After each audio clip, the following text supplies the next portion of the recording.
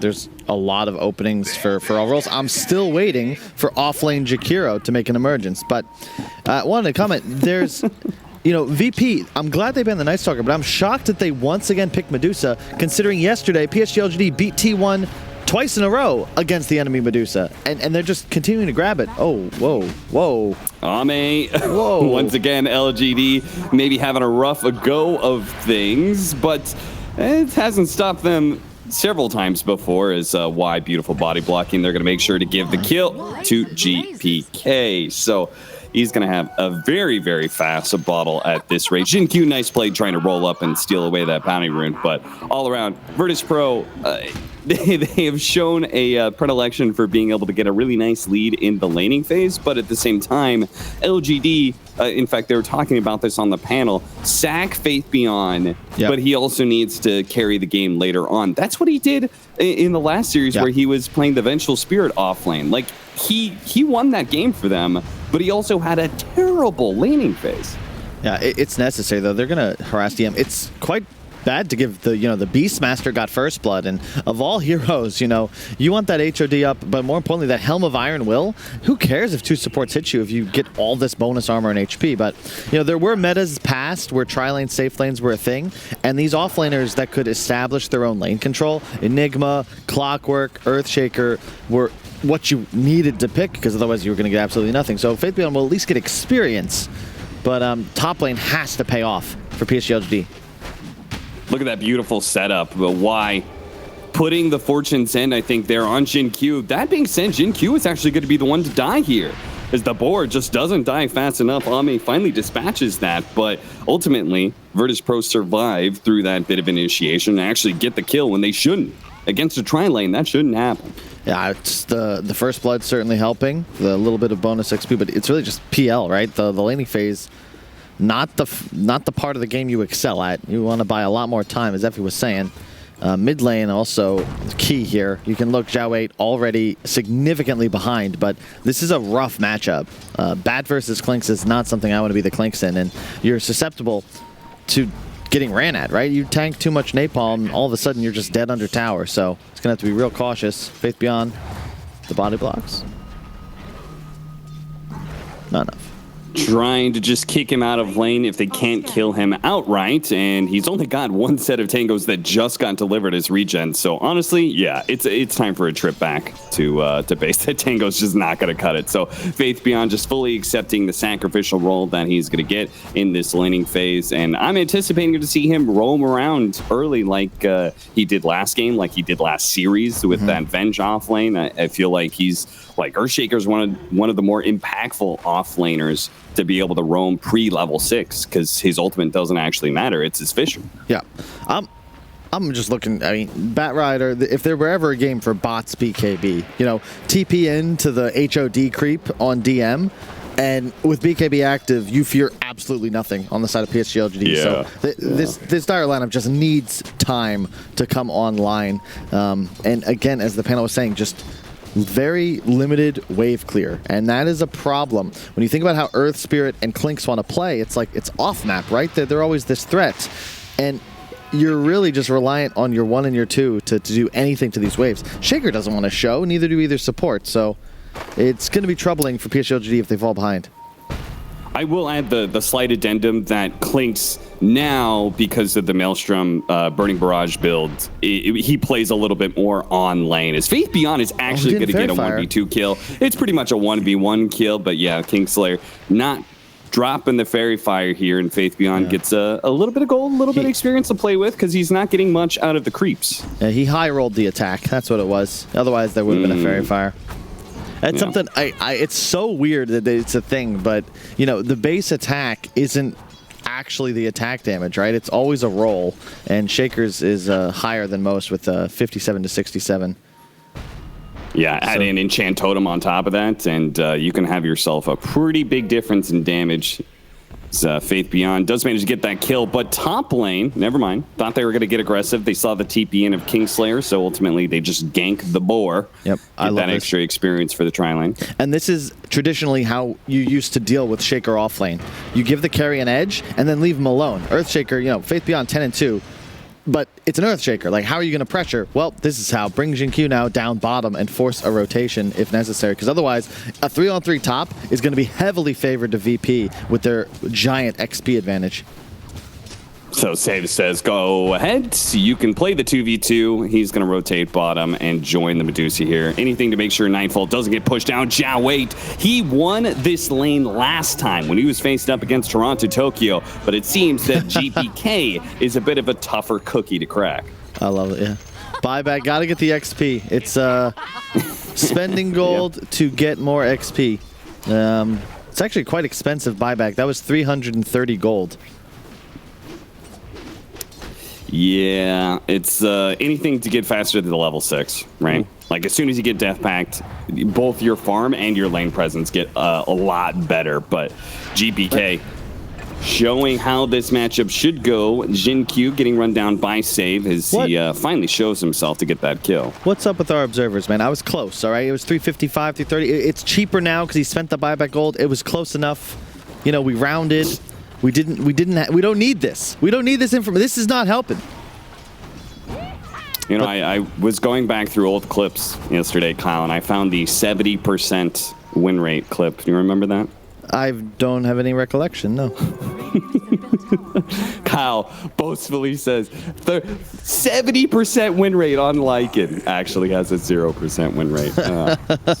Okay. Good stuff. Look, as a player, you learn you need to have a short memory, okay? And I've kept that in my new career. Did you also learn to ignore stats as a player? Is that part of it? You know, Dota's not a game of stats, Cap. It's a game of feeling. And Save is feeling himself down bottom with his Invisor and looking to set up a gank. Yeah, we'll see if Jin-Q has a feeling, a spider sense, that this Invis is happening. He's going to back up to his courier and he's ready to roll in, but it's going to leave Faith Beyond out to dry here for a bit as they're going to try and run him down with the last little bit of damage. Save has a nuke in 1 second. The slow is just enough to get Faith Beyond out of range of that Dragon Slave. Nicely done by Jin-Q. Yeah, so far so good for VP, but you know, this is also how that last game started off. You know, they've been very good at finding kills, but it's closing games they're struggling with at the moment. But God, this Batrider, Dota2, ladies and gentlemen, just taking an ancient stack like you're a hard carry. And yeah, it takes a little more time, slightly nerfed, but I think it's well worth 20 to 25 seconds of standing still spamming napalm to farm, what is that, a quad stack? Yeah, especially since about this time is where a 4 or 5 position wants to be able to sit mid to recover their experience, right? So Kingslayer, you know, he already was looking for an excuse to occupy a lane because he's very underleveled after you get all the neutral items too. Phase. It's so sick. Yeah. And now a Tumbler's Toy. That's, I think, the dream for a Batrider, right? You get the mana pool, but more importantly, you have a Force Staff.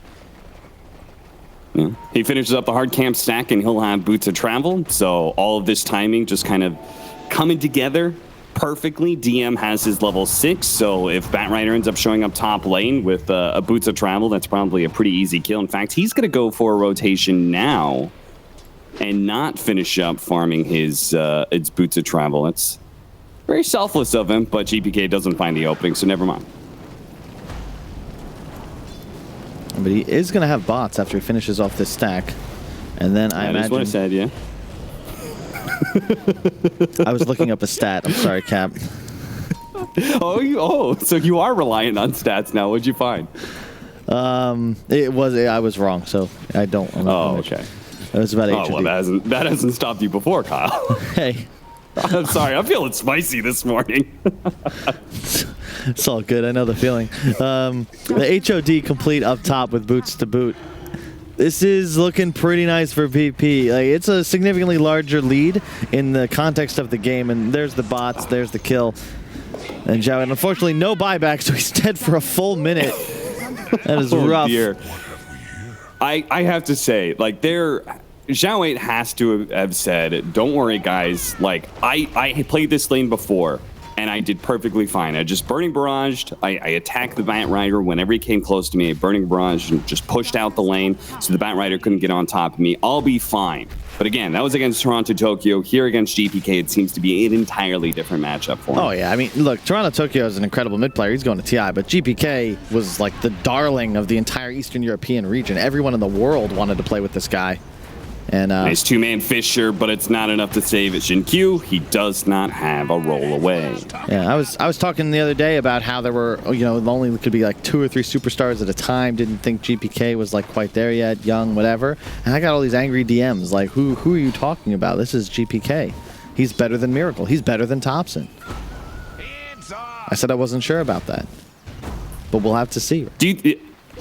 Do you think he's on his way, because we haven't had a TI yet, do you think he's on his way to proving that, or because of their lackluster major results, do you stand by him not being quite ready yet? We'll have to see. I think the entire lineup of VP is going to have something to prove this year, because it's one thing to win tournaments, to make grand finals consistently throughout the year, but the legends, the true superstars, when it comes TI time, you're playing for millions of dollars a game.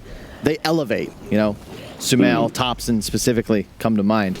And not every incredible player is capable of that. As somebody who's gone through majors and TI, do you feel like there is a difference? Because their performance at lands, at majors specifically, has not been good, right? And for me, as an outsider, I would say, okay, maybe they underperform under the pressure of a LAN. Maybe it's something about that they just do not feel comfortable with. Is TI different than a LAN? Like, are those same woes going to still plague them, basically? I think it'll depend. I'm really happy to see them with the coach. I think that was something that was missing for some time, because the big difference when you go on LAN is that you've got to play more volume of games. The meta changes a lot faster, and there's no series that's kind of like a write-off. If you look at these DPC seasons, like, let's be real, no region has 8 truly competitive teams, right? So you're always going to put more stock into, like, what is Team Secret doing? What is PSG.LGD doing? Those are the teams you learn from. Whereas majors, TI, all of the teams deserve to be there.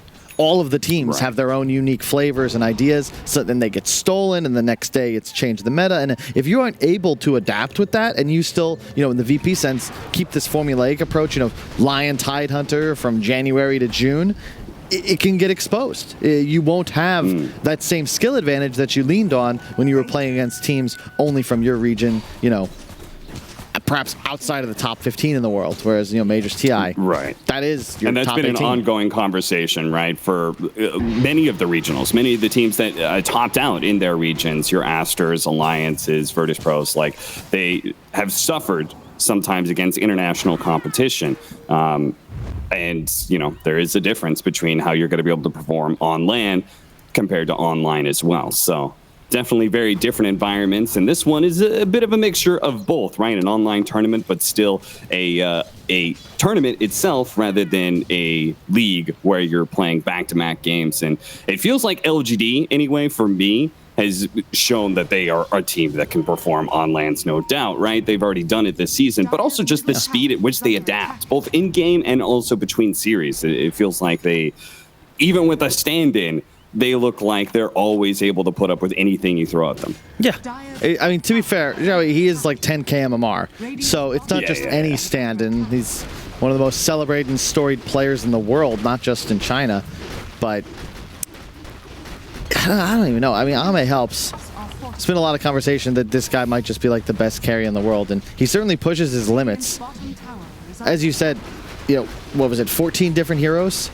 I didn't really see a discernible difference in his skill on any one of them, so... Yep. Rather impressive.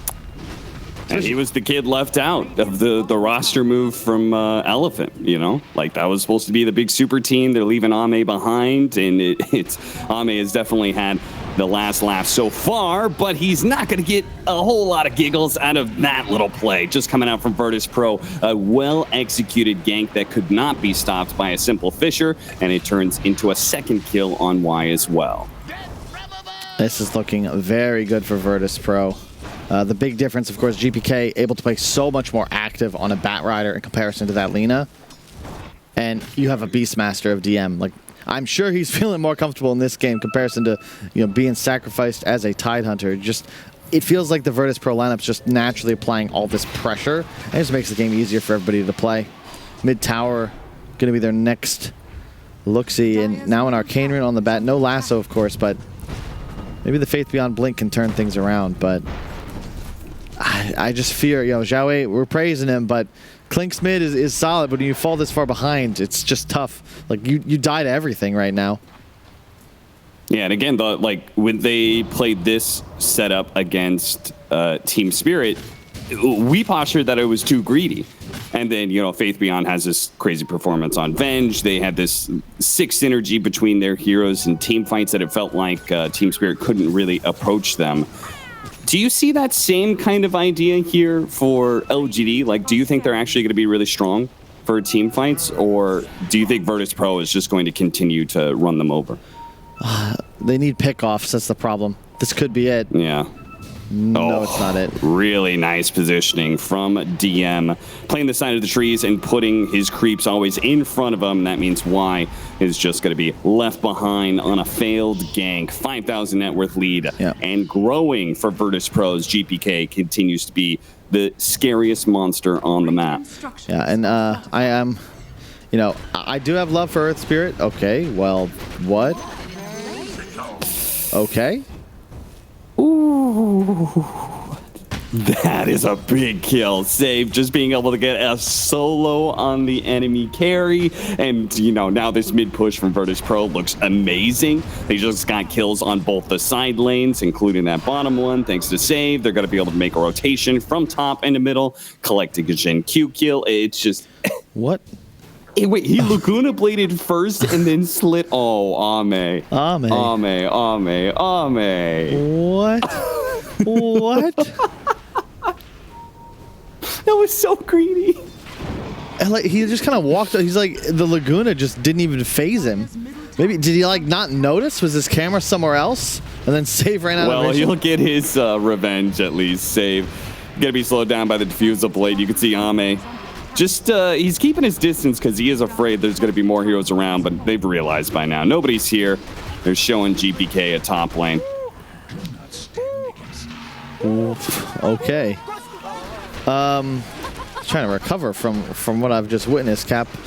So Earth Spirit, I know it's Effie's favorite, but the one downside, I remember talking to my brother about this at length, is if you don't have lanes to kill, you don't do anything. And it's not Shinkyu's fault. He's 0-4-0, but where was he supposed to play? He went bottom with the Shaker. Okay, well, VP respond with the hero. You try lane top, but because of all the gold advantage, there's a Beastmaster HOD. You're not ganking him. Batrider's ahead. You have a Klinks there. You're not going to make any moves. You don't farm creeps, right? You need to get kills, and you just can't do that yet. So you just sort of run in circles. GPK gonna try and pull him up the cliff, and with a flame break, he gets him up there. And that distance is crucial because now Kingslayer, unfortunately, that purge got rid of the dust right as it went out, so they're gonna have to try and get the kill on a Y instead. He does manage to get off the false promise. Xiao Wei shows up and tries to go for the kill onto Kingslayer. There's the Fisher to help finish him off, but Xiao Wei, he's not sure where he's going, and the answer is nowhere, straight into the dirt. As GPK puts him there, Kingslayer gonna be run down by Ame. Nightfall out of mana as well. GPK back into the mix, even without a Firefly. He's got Save to deliver the damage that he was missing, and they are going to return fire against LGD. Thought for a moment LGD was going to do one of those miracle team fights, but no. The reinforcements arrived for Virtus.pro. They claimed the fight. They claimed the tier 2. I mean, that's all. Save Dota. Well, what can you do? Huge damage, and this is the dream for 4 position, Lena. Like, end of the day, you have a core's output of damage with this build. Like, sure, your auto attacks aren't as impressive as a mid player's, but when you have this level advantage and this farm, you're going to watch a stun. He's TPing in late, This fight goes on for so long because there's just no damage on the side of PSG.LGD. They need Ame. They need long fights. And sure, you get DM. I mean, great positioning, great Fisher for Faith Beyond, but just not enough. And here comes Save. Kerplunk. 2-man LSA blows up Ame. And then the fight's done because they're so dependent on that diffusal blade for all the damage. Virtus.pro having a little bit of poke here at Roshan, and it's kind of free totally risk-free, just because of Cold Embrace as well as the Home of the Overlord, that they don't really have to take damage from Roshan if they don't want to. They also, the Triceratops, just, I think, the best creep. Yeah, like, maybe not as easy to clear waves as with the Dragon, but just a free 75 attack speed on 100% uptime that you give to your Dusa. Like, it's just unreal the amount of damage Nightfall's going to output. Yeah, more specifically, especially for this game, right? Because they're kind of all-inning on just buffing up their Medusa. That's kind of what classically Beastmaster Medusa has been all about. So, being able to give so much attack speed between the two of them, 45 from Beastmaster, 75 from the Frenzy, that's going to amp up Deuce's damage by quite a bit. Picks up a double damage, but they're not choosing to try and force anything with it. He's just focused on the farm game right now. Yeah, he just wants a butterfly. Really value against PL. We saw in the previous game as well how good evasion was against these melee carries. And Zhao doing what he can to shove bottom. Trouble is, Klink's just not really as spooky when you're this far behind.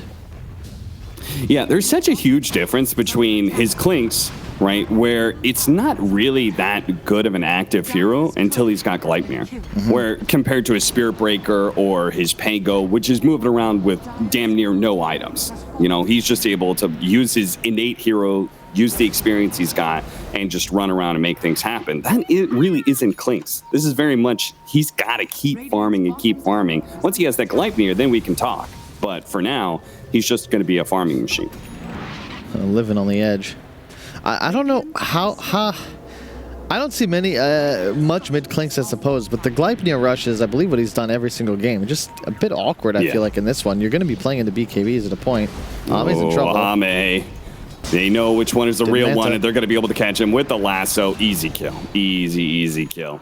That's the second death from Ame that is just odd. I didn't even use Manta there.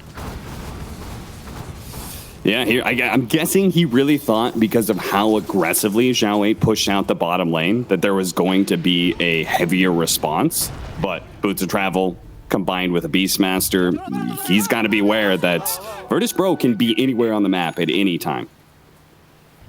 Oh, it's a Lotus Orb. I fear for the Earth Spirit, though, because you're going to need a BKB at some point in this game. But Lotus, quite nice. You could reverse the curse, the lasso, the roar. Oh. They're going to jump. Oh, okay. They could have gone for GBK, but they're like, nah. He's got an Aegis. Let's kill save. He has been a master of 2 different team fights for Virtus.pro. Faith Beyond is going to get run down in exchange, but this is space, as Zhao 8 is going to be able to clean up another creep wave on the side. Phantom Lens is trying to find some farm, but again, they're immediately moving to the other side of the map, knowing that Ame is going to try and push out and get farm, and they've caught him again. Why this time around is around to save him, but it is going to cost him his life instead. Jin Q slowly rolling in, doesn't want to be here. Lotus Orb given away to Ame. Everybody's going to try and save Ame here, and they do manage to do it, but it's just more and more bodies on the bonfire. And Virtus.pro, that flame is beginning to grow as they are now attempting a siege onto the tier 3s. They're just doing way too much damage. And this poor Oracle, I don't actually know how you play Dota. You're dying to creeps. The right-click damage of this dude. Just look at this. Like, PL illusions are not really a threat when you're this far behind your enemy carry. That's 1 Rax. Yeah. Zhao 8 may have his Gleipnir now, but it's looking like it's a tad bit too late for them to be able to do anything here. He went for the Skeleton Walk cooldown, which everybody is, but I want to note that he chose to build up the Crystallis rather than getting the Shard, which is kind of the whole point of going to Skeleton Walk cooldown, is just getting more skeletons out there and being more mobile around the map. Yeah, I just think he feels like he doesn't have the damage for that just yet. And I don't know how frequently you're going to be making these plays on side lanes. It's really Ame who's the carry to watch, even though Zhao 8 does have the gold lead. But we'll see. Ame has the shard now, so should be a bit better defending high ground. And it's similar in a way. Previous game, the Medusa eventually outpaces Sven, but not into DD Bloodthorn, I suppose.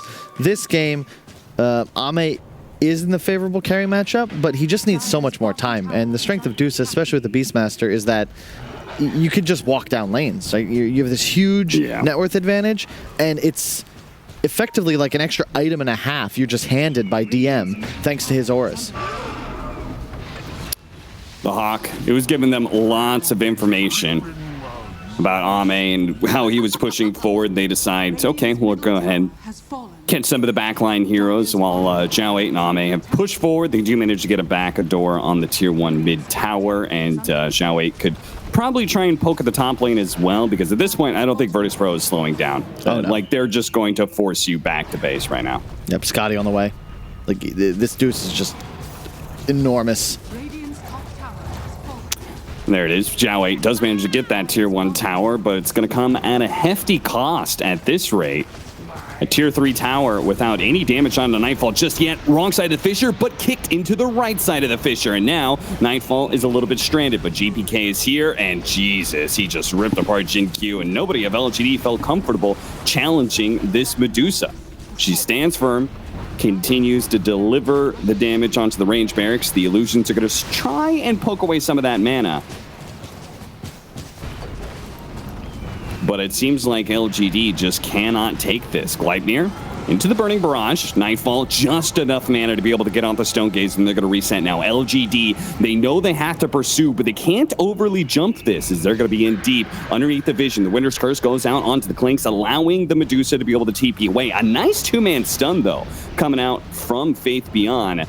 If they want this to be at all a recovering position, they're going to have to get both of these supports kills, which they will. And then I think, Kyle, I think LGD's got to start getting on the offensive. They can't let Deuce do another charge like that. No, they can't, because that'll be the play for VP, right? They're just going to walk right back to top and try that one more time. 2 racks down, only the one to go.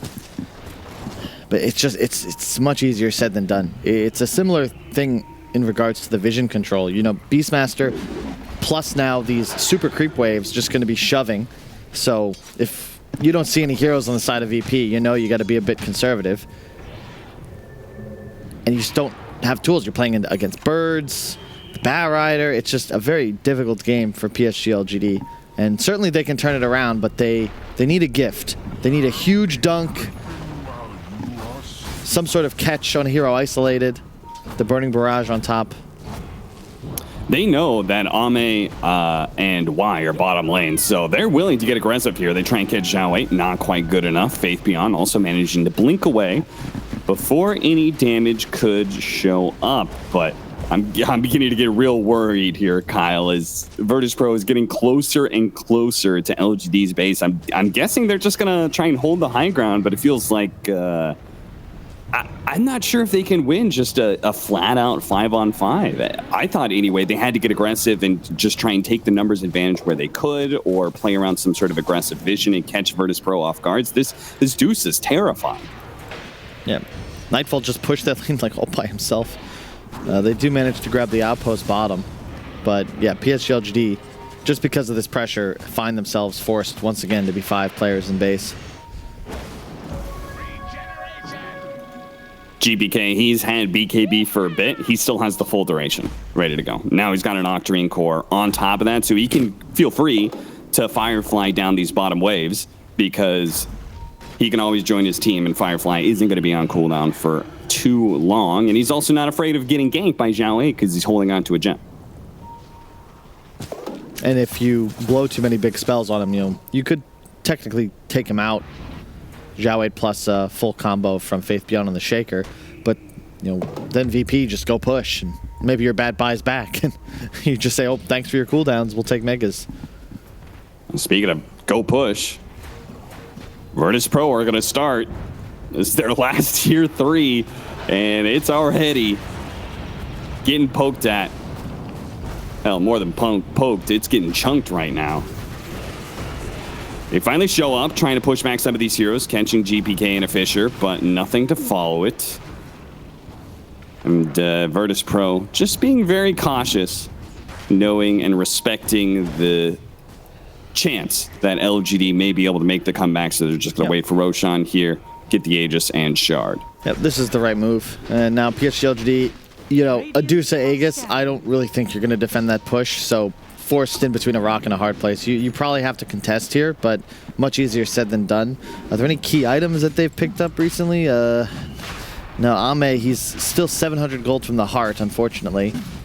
No Daedalus yet on Zhao 8 either, and those are really the items you would need here, but DM's traded in the Golem Creep for the Triceratops, a big upgrade, new shard. They give it to the Wyvern. Blitz considers this the best shard in Dota just because of the reduced cooldown. I could definitely see I'm not sure if I would still agree with them, but I could see a period of time where Winter Wyvern felt so good and Cold Embrace was so OP that the shard was mega broken.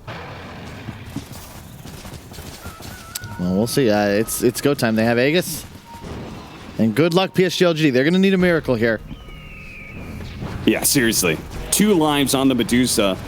Tier 3 about to fall. Jin Q, his initiation, does end up on the Beastmaster at the same time. They've already caught Y. He's dead, and he does not have buyback. The supports don't have it there, and Faith Beyond is actually in a bit of trouble as well. The Tier 3 is going to fall, and PSG.LGD, backs against the wall, are going to be forced out of this position. They're going to have to get in there, or unless they're planning on playing against the Megas, but all this poke damage, they just keep on poking. Finally, the Winner's Curse managed to catch Faith Beyond on top of that one, so if they can get them both inside the Stone Gaze, which they do, they're both going to fall. They both do have buyback, but it is going to be rough as Jin Q slides right on past Nightfall and just simply dies. He does manage to get a kick in before he goes down, but again, no follow-up from LGD. A Gleipnir to hold them, but they're not going anywhere. They're staying right here, Zhao 8, inside of her base, claiming Megas and even shooting for tier 4s now. Ame, he's so close to a heart, but I don't think you're going to get it in time for Nightfall. Actually, having no mana is a bit of a problem for Ame. He doesn't actually do that much damage to this Butterfly Medusa when he doesn't actually have any mana, healed up by the Cold Embrace. By the time they get through this, all of their towers are going to be gone, and that is just the first life of the Medusa. Zhao 8, finally they're saying, okay, we have to actually put a stop to this, but again, the tier 4s are all gone. Now for the second life of the Medusa, it's throne or bust. PSG.LGD. Again, poking GPK, nice initiation, catching Y again. No chance of a false promise. Zhao Wei barely able to get away thanks to his invis, but Faith Beyond, caught by the Scotty. He's going to go for a Yules, try and blink himself out of here. Does manage to dodge the LSA, but is immediately hit by the axes before he can blink away. Gets off the Echo Slam, but again, not enough damage to kill anything, and certainly not enough damage to threaten Nightfall. Zhao Wei goes to the back line, but it's GG already called as Virtus.pro put an emphatic stamp on this game and say, all right, props to you, LGD, taking that game 1.